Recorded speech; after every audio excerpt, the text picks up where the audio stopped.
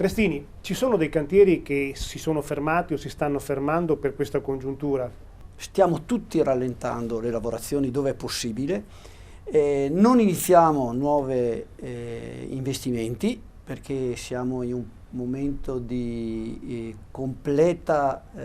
disorganizzazione e completa confusione, non abbiamo certezza di quasi niente, perciò le imprese in questo momento e gli investitori stanno alla finestra. Oggi abbiamo l'assurdità di avere delle richieste per acquisire degli immobili e non poter andare a fare preliminari perché non riusciamo a fissare un prezzo. L'edilizia, dai dati che abbiamo pensate che nel 2021 l'edilizia ha inciso per il 27%, 27-30% del PIL, cioè vuol dire su più il 6,1% dell'anno scorso, il 2 qualcosa era edilizia. Ragionare sui tempi, pianificare un attimino meglio le lavorazioni può permettere al mercato di stabilirsi un attimo e di ripianificare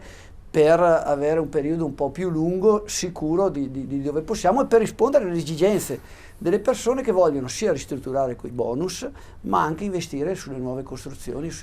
Come ha detto giustamente, noi oggi abbiamo 3 grandi problematiche. La prima è quella della mancanza dei materiali con i relativi aumento dei costi, mancanza di professionisti e anche di imprese, perché veniamo da un periodo, come ho detto prima, di 10 anni di crisi che ha falcidiato il numero di imprese, e mancanza di lavoratori. Un po' dovrebbe essere governato questa ripresa e dovrebbe essere date un po' più di tempo,